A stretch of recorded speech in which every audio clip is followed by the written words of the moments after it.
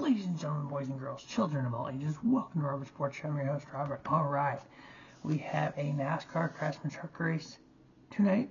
We have ARCA race, I think, tomorrow. And we have the O'Reilly Auto Parts Series race tomorrow. No Cup race this week. It is the holiday weekend. Everybody gets Sunday off, which is really good for the sport. I love having these truck race, O'Reilly Auto Parts race at a kind of a unique track. We're talking about Rockingham. No Cup, and I like that as well. These series need kind of their standalone events like they had in the past. I wish they would take the truck series back to like the South Bostons and those kind of tracks again. Doing that with Rockingham. Hopefully we can do some other ones down the line. Alright, so this is race 5 of the 2026 season.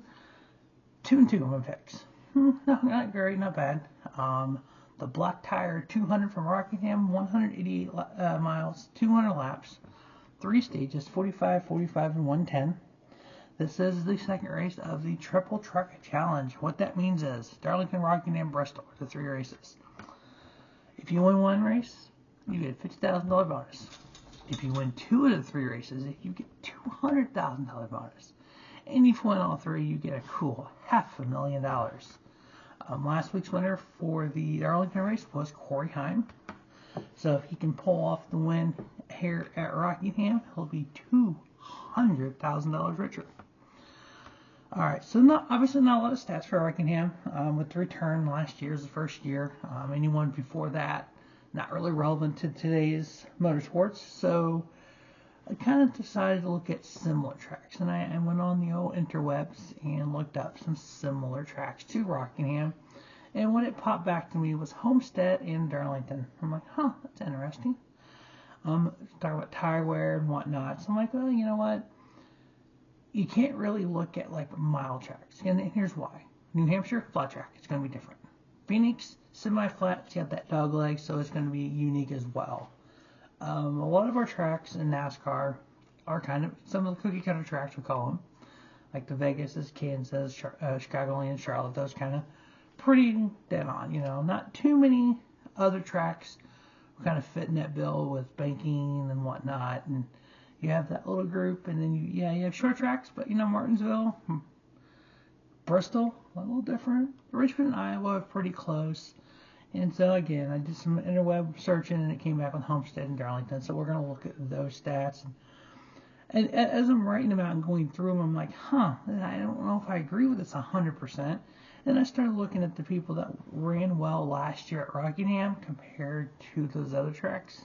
Yeah, it kind of makes sense on some of those drivers. So if you look at similar tracks, Homestead, Darlington, and then add Rockingham into it last year, average finish for Daniel Hemrick was 4.75. Graydon Finger 7.6. Carson Hocevar 8.4. Corey Heim 8.5. Christian Eckes 8.885. Connor Mozak 9.8. If you look at average running position, Corey Heim 5.81. Christian Eckes 6.9. Carson Hocevar 7.83. Graydon Finger 7.9.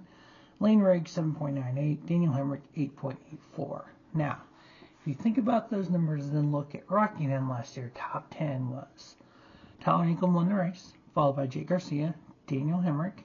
Well, if you look over here at the summer, Daniel Hemrick's right up there. Okay, cool. Roger Caruth, Graydon Finger, yeah, he's up there as well. Caden Honeycutt, Jack Wood, Corey Heim, he was up there. Connor Mozak, he was up there, and Gio Ruggiero was up there. So it's not exact, but it's pretty close. Even if we have a ton of data for one track, it's never going to be 100% because people do have unique runs. People do have trouble. Now, one interesting stat that I look at is that average running position. And if you look at that compared to their finish, that is absolutely amazing sometimes to me.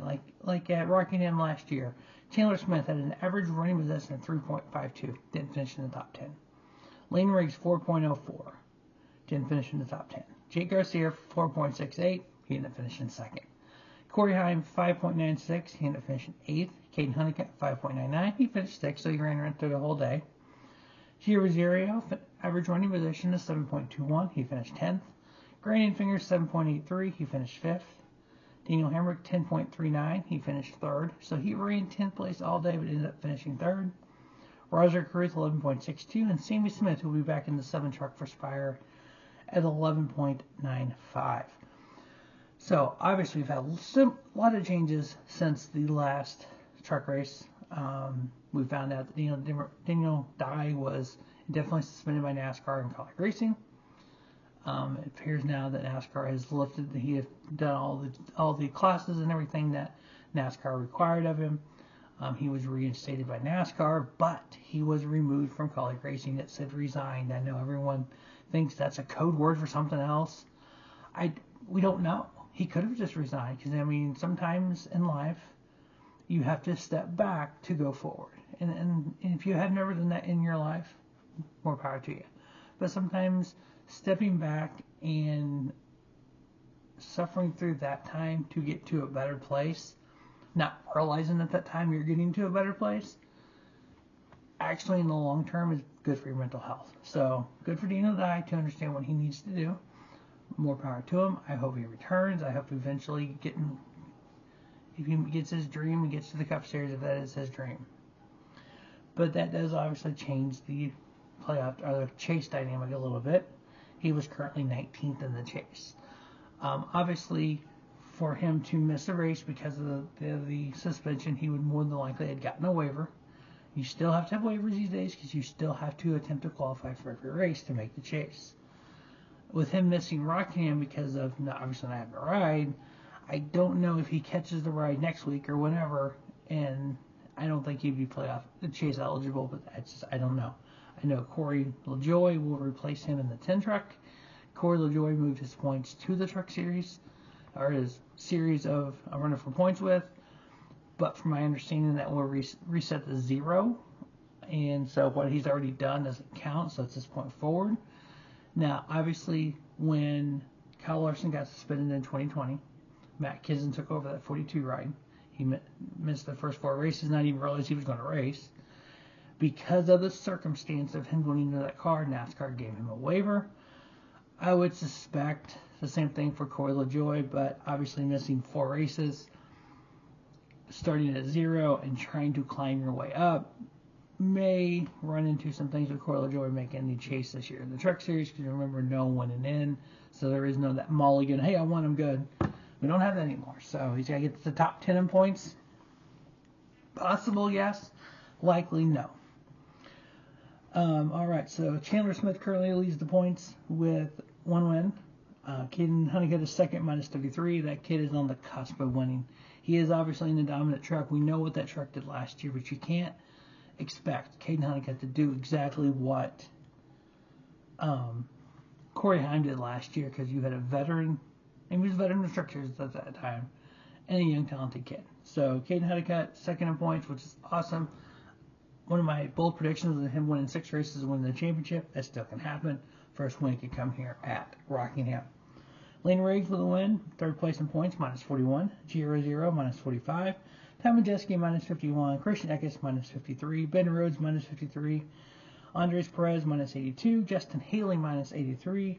And Brendan Butterbean McQueen, minus 89. Now, you notice I didn't talk about Corey Heim. He is currently overall 8th in points, but he is not playoff eligible. No, he cannot get a waiver just to be playoff eligible. And it doesn't work that way. He wasn't suspended. He wasn't hurt. He just didn't run in the truck races.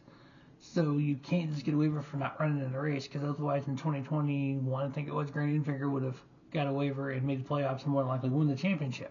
So, because he missed a race because he didn't have a ride and he didn't get a waiver for it.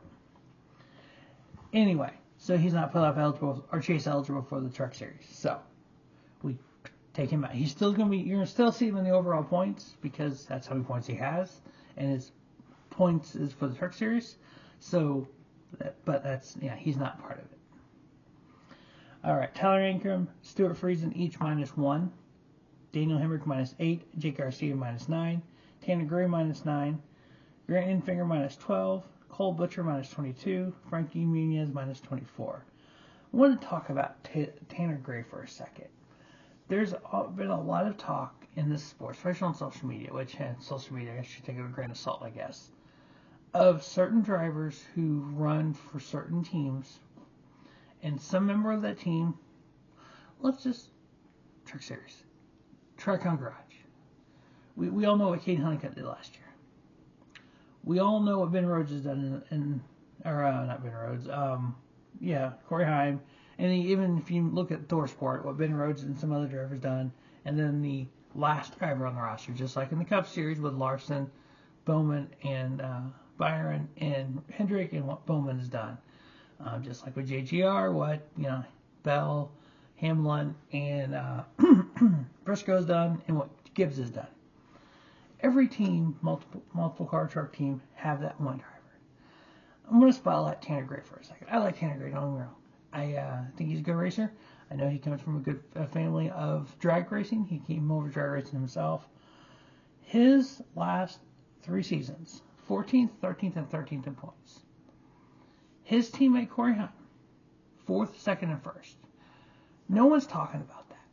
But what people were talking about is when Hailie Deegan drove for Tricon Garage, where she was at compared to her leading teammate. And when she drove for ThorSport, where she was at compared to her, Ben Rhodes, and compared to the Ty Majeskis of the world. No one's talking about Tanner Gray, where he's consistently down in the 13th, 14th, 15th in point range, when his teammate is currently 2nd in points.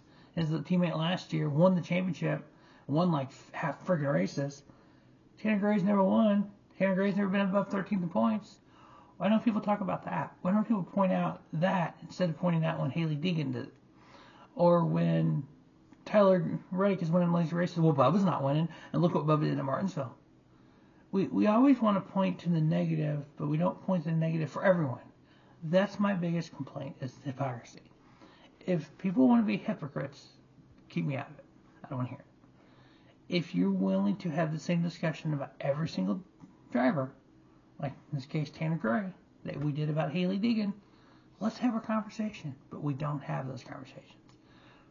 Because Hailie Deegan, Bubba Wallace, Rajah Cruz, LeVar Scott, they have something else in common.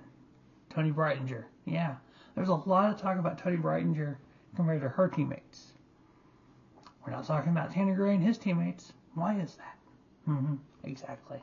Anyway, we're moving on. So the 4 picks to win the Black Tire 200. If Corey Heim is in the field, how do you not pick Corey Heim? He's in the one truck this week. He definitely can win it. Get that $200,000 bonus on there because he won last week. Tyler Ankrum, the defending champion of this race, Lane Riggs, and Daniel Hemrick are the 4 picks to win the Black Tire 200 from Rockingham NASCAR Craftsman Truck Series race. As always, thanks for watching Robert Sports Show. Don't just have a great day. Have a spiffy day. Robert Sports Show, your YouTube leader in sports channel content.